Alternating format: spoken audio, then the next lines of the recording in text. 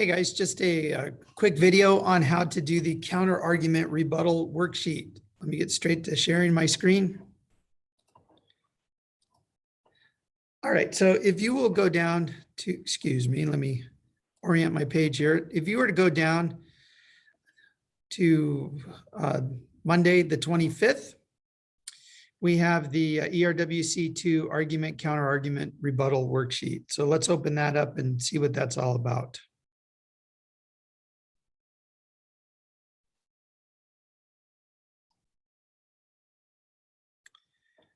Let me make it just a little bigger for everybody. Okay, guys, so when we're talking about argumentation, we're not talking about a verbal fight. That's kind of the common understanding of what an argument is. It's a verbal fight. But we're talking like an academic argument where you make a claim, a statement, and then you support that statement with evidence. Now, when we are debating or persuading, one useful thing is to be able to counter argue. So then you make a claim and someone counter argues it, or someone else makes a claim and you counter argue. So it means to take the opposite side. But then after the counter argument becomes the rebuttal. So I will make an argument. If someone disagrees with me, they will make a counter argument, and then I will make a rebuttal to that. That's kind of the idea with argument, counter argument, and rebuttal. It's just the way that debates are set up. You see it in the presidential debates. You see it in debates that are sponsored by universities and things like that. And it's a very good tool to master if you want to be able to persuade people of things that are important to you. All right, so let's take a look at this. The directions, it says 1, read through the arguments, counter arguments, and rebuttals in sections 1 and 2. So because this is probably a new concept to almost everybody, I decided to give some examples of these arguments, counter arguments, and rebuttals. In section 3, read the argument, then write your own counter argument and rebuttal. So section 3, I've provided an argument, and then you do the counter argument and rebuttal. And then finally, in section 4, write your own counter argument, counter argument, and rebuttal. Okay, now, for examples, I used an issue that's actually going to be happening next year. The state of California is mandating that school is not allowed to start before 8:30. This is statewide. So what I've done is I've made 2 arguments. One argument is in favor of that position. The other argument is against that position. So I'm not taking sides. I'm just arguing both sides of it for an example. All right, so let's just look at section 1, argument 1.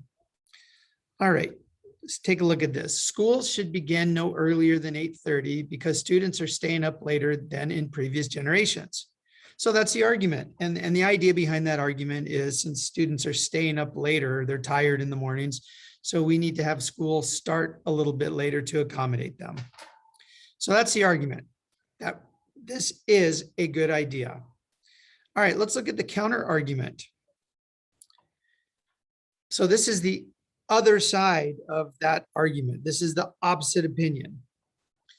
Schools should begin at the time deemed appropriate by the local school board.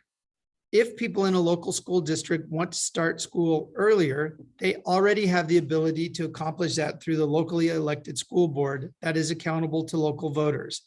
State mandated start times remove control from the local people in the district.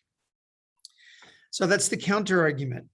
That argument is the state shouldn't mandate when school starts, but the local community should be able to do that through their school board. They already have the ability to do that if they want to. And so maybe the reason they haven't done that yet is because nobody in the community really wants it. Now, let's see the rebuttal to that.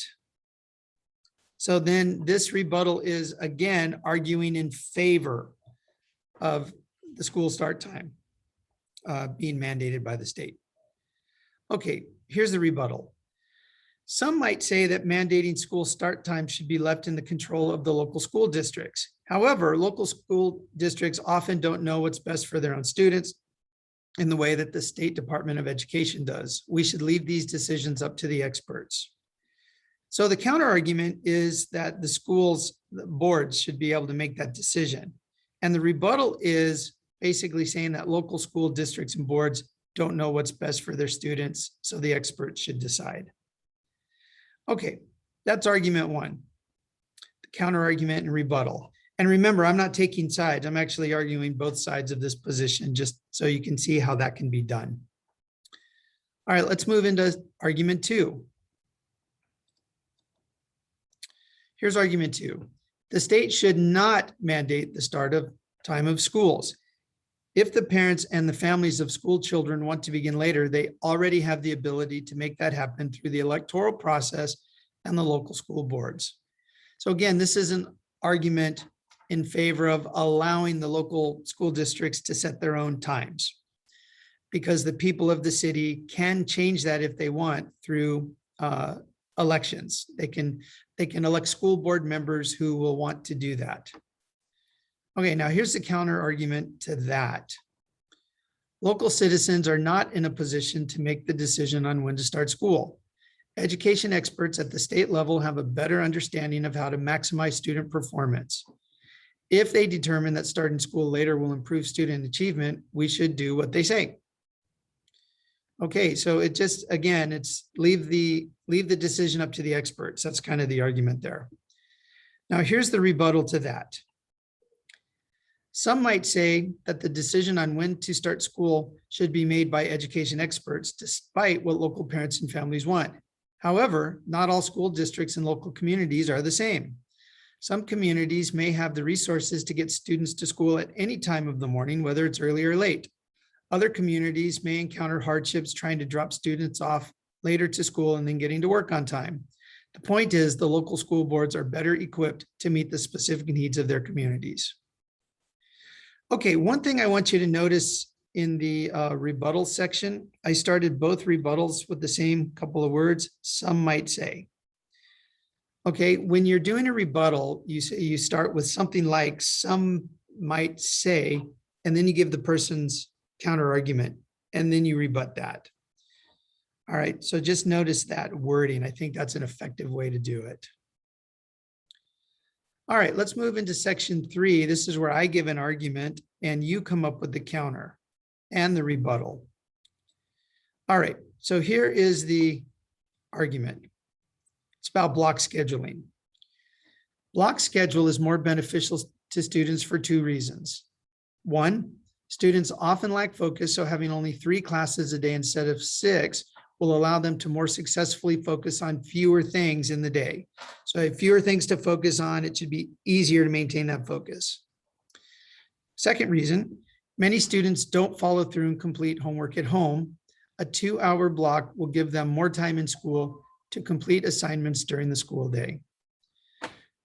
Okay, so you write a counter argument to that. Now, even if you agree with this argument, you still need to have the ability to come up with a counter argument. You anticipate what the other side is going to say against your position.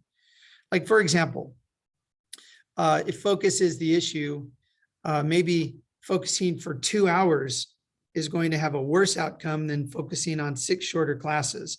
So the 2-hour focus may be burdensome to some people.